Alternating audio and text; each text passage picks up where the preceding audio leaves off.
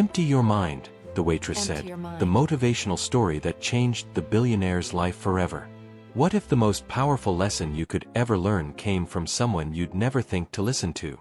Robert Harrison sat in his corner booth at Murphy's Diner, the same spot he'd claimed every Tuesday morning for 3 months now. At 42, he controlled a business empire worth billions. Yet here he was, hiding from his own life in a place where nobody knew his name. The coffee was terrible, the vinyl seats were cracked, and the fluorescent lights buzzed like angry wasps. But somehow, this run-down diner felt more real than his marble-floored penthouse ever had. He watched the waitress refill his cup for the 3rd time that morning. She moved with quiet grace despite the chaos around her, never rushing, never flustered. There was something about her calm presence that made him feel strangely peaceful. He didn't know it yet, but this ordinary woman was about to teach him something that would change everything. Where are you watching from today? Robert's empire had grown from a small tech startup in his garage to a multinational corporation with offices in 30 countries. He'd worked 18-hour days for 2 decades, missing his daughter's school plays, his wife's birthday dinners, and countless moments that could never be reclaimed. Success had become his drug, and money his measuring stick for everything. 3 months ago, his wife had packed her bags and taken their 16-year-old daughter to live with her sister in Colorado. "You've forgotten how to be human, Robert," she'd said, her voice breaking as she stood in their marble foyer. "When was the last time you really looked at me? At Emily, we're just background noise in your life." That's when he'd started coming to Murphy's Diner. Not because the food was good, but because it was the only place where he could sit without someone wanting something from him. No board meetings, no phone calls, no decisions that affected thousands of jobs. Just coffee and the gentle hum of ordinary people living ordinary lives. The waitress, probably in her late 30s, had kind eyes and calloused hands. Her name tag read Helen. She never asked why he sat alone for hours, never tried to make small talk beyond taking his order. But she always made sure his coffee stayed warm, and sometimes she'd leave an extra packet of sugar by his cup with a small smile. This particular Tuesday, Robert's phone buzzed constantly with messages from his assistant. The Tokyo deal was falling apart, the shareholders were demanding answers, and the board had called an emergency meeting for that afternoon. His chest felt tight, his breathing shallow.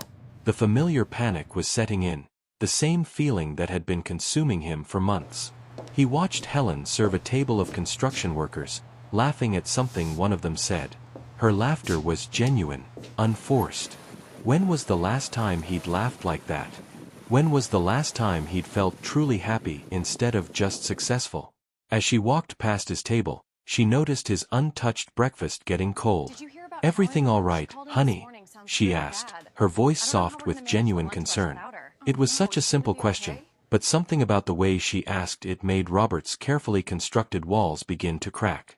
"I don't know," Robert answered honestly, surprising himself. Helen paused, coffee pot in hand, and really looked at him for the first time. In her eyes, he didn't see the usual mixture of awe and greed that people showed when they learned who he was. He saw simple human kindness. "Mind if I sit for a minute?" she asked. "It's the morning lull, and you look like you could use someone to talk to." Robert nodded, and Helen slid into the booth across from him. Up close, he could see the tiredness around her eyes, the way her uniform had been carefully mended at the elbow. Yet she radiated a peace he hadn't felt in years. "I come here every Tuesday," he said. "I don't really know why. Sometimes we need a place that doesn't expect anything from us," Helen replied. This old diner's seen plenty of people trying to figure things out. Robert's phone buzzed again. Without thinking, he glanced at it, and Helen noticed the expensive watch, the tailored suit, the way his jaw tightened when he read the message. "Important business?" she asked gently. "Everything's always important," Robert said bitterly. "That's the problem. I built this company from nothing, and now it owns me. My family's gone, my health is shot, and I can't remember the last time I slept through the night." Helen nodded thoughtfully. "You know, I've been working here for 12 years. Seen all kinds of people come through that door. Rich ones, poor ones, happy ones, broken ones. And I've noticed something. She leaned forward slightly, her voice dropping to almost a whisper. The people who seem to have everything are often the emptiest inside. They're so full of worry and planning and trying to control everything that there's no room left for joy. Robert felt something stir in his chest, a recognition so deep it almost hurt. My grandmother used to tell me something when I was little and got too worked up about things, Helen continued. She'd say, "Child, you need to empty your mind like you empty a full cup. Pour out all that worry and stress. Make room for what really matters." If this moment touched your heart, please give the video a thumbs up. Robert stared at her, feeling like she'd just handed him a key to a door he'd forgotten existed. But before he could respond, his phone rang with a call he couldn't ignore. As he answered it, he saw disappointment flicker across Helen's face before she quietly slipped away. The emergency board meeting was a disaster. The Tokyo deal had completely collapsed, costing the company millions. Shareholders were furious, and rumors of Robert's mental state had begun circulating. By evening, news outlets were questioning his leadership, and his stock had dropped 12%. Robert sat in his penthouse office at midnight, staring out at the city lights below. His empire was crumbling, and for the first time in his life, he felt completely powerless. He'd tried calling his wife, but she'd let it go to voicemail. His daughter hadn't answered his texts in 3 days. He kept thinking about Helen's words. Empty your mind. What did that even mean? How could someone like him, responsible for thousands of employees and billions in revenue, just empty his mind? His chest tightened as another wave of panic hit.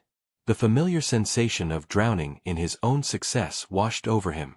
He'd built walls so high around himself that even he couldn't find a way out. That's when he remembered something else Helen had said, about making room for what really matters. What did matter to him?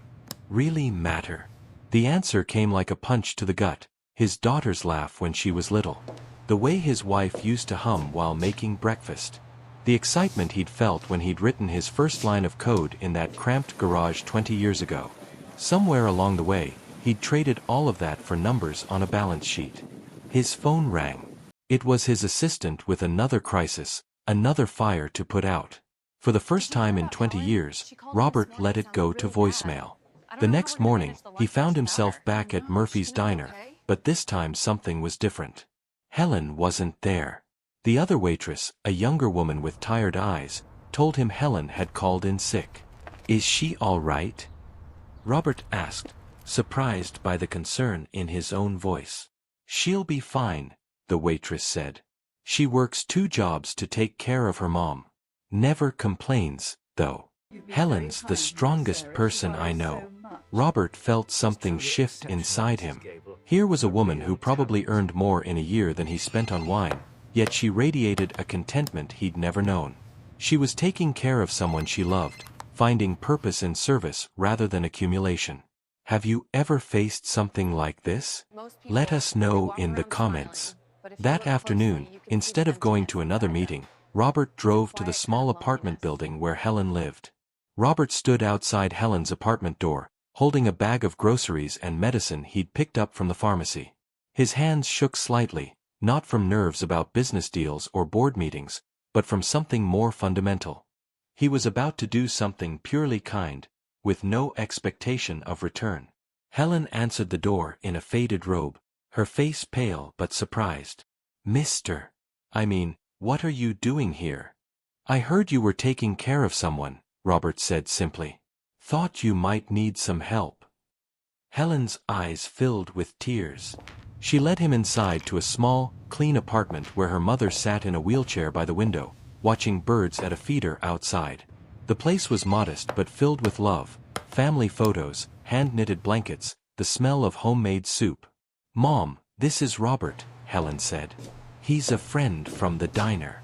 Helen's mother, despite her frail appearance, had the same kind eyes as her daughter.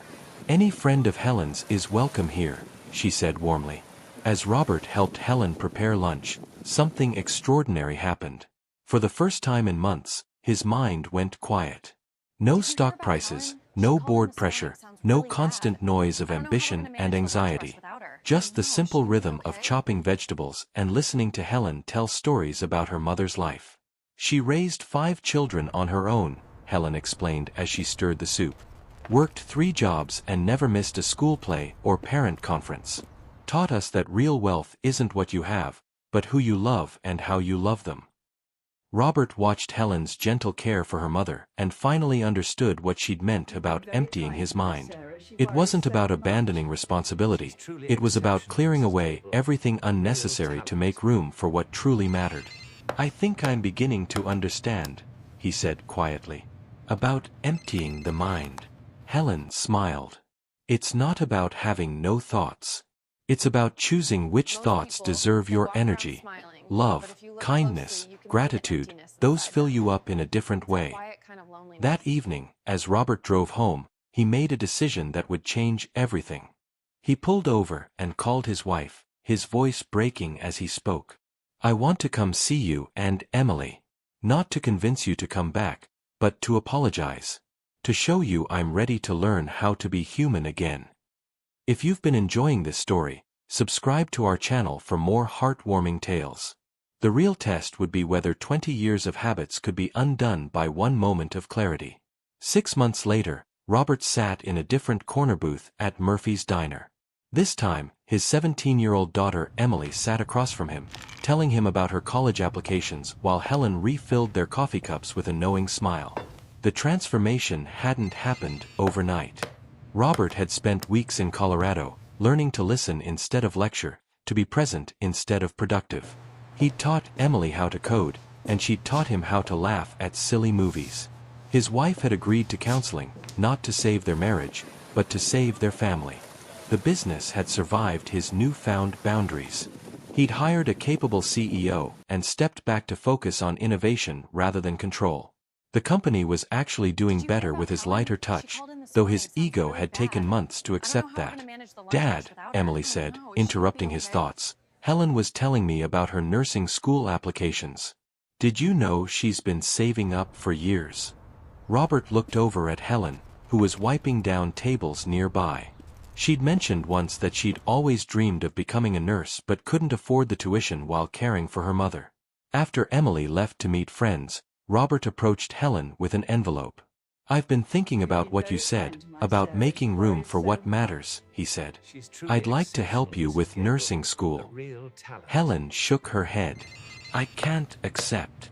"It's not charity," Robert interrupted gently. "It's gratitude. You saved my life that day, Helen.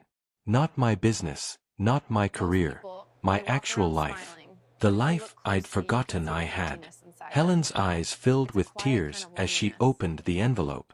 Inside was a check for her full tuition, plus living expenses. "Besides," Robert continued, "my company's starting a healthcare foundation. We'll need someone with a nursing degree and a big heart to help run it." As Helen wiped her tears, Robert felt the deep satisfaction of true success, not the hollow victory of a profitable quarter, but the lasting joy of lifting someone else up. That Tuesday had started like any other, with terrible coffee and fluorescent lights. But Helen's simple wisdom about emptying his mind had created space for everything he'd been missing: love, purpose, and the profound peace that comes from serving others rather than serving yourself. Robert still worked hard, but he worked differently now.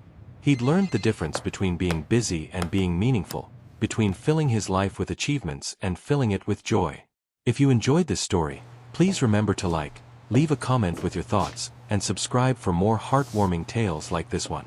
Sometimes the most powerful lessons come from the most unexpected teachers, and we all have something valuable to learn from each other. Thank you for joining us on this journey, and remember, sometimes you have to empty your mind to fill your heart.